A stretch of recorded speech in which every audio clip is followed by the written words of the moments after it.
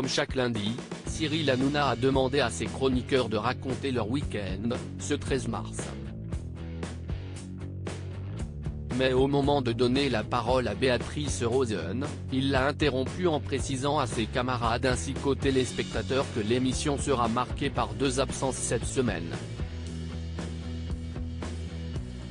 La première concerne Kelly Vedovelli, qui serait en vacances au Bahreïn, et la seconde vise Delphine Vespizer, qui quant à elle est absente pour une raison pour le moins insolite.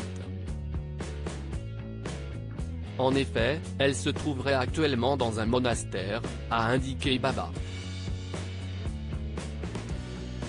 L'ex-Miss France est en tournage pour une nouvelle émission sur C8, où elle n'a pas de téléphone pendant une semaine, et où elle ne peut parler à personne. Sa seule permission, lire la Bible.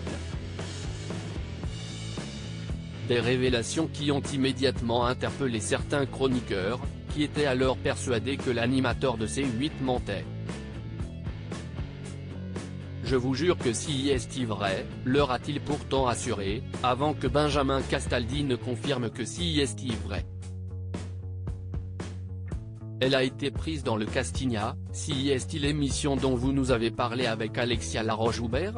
C'est alors souvenu Valérie Benaïm, qui a quant à elle fêté l'anniversaire de son fils ce week-end à Londres. Ouais, et Delphine a été prise dans le casting, a répondu le papa de Lino. Reste désormais à savoir de quelle émission s'agit-il précisément et quand est-ce que celle-ci sera diffusée à l'antenne. Pour rappel, Delphine Vespizer a déjà participé à des émissions télévisées très connues du grand public comme Fort Boyard ou N'oubliez pas les paroles.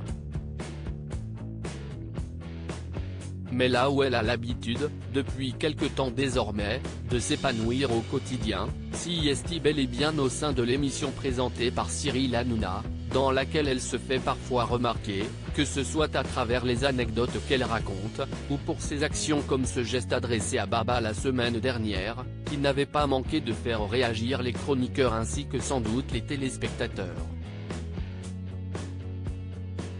A noter qu'en plus de ses apparitions à la télévision, elle a déjà écrit un livre, publié en 2021 aux éditions First et intitulé Devenir pleinement et sereinement soi, note de la rédaction, ainsi que Chanter, son premier titre, plus proche qu'avant, étant sorti en 2015.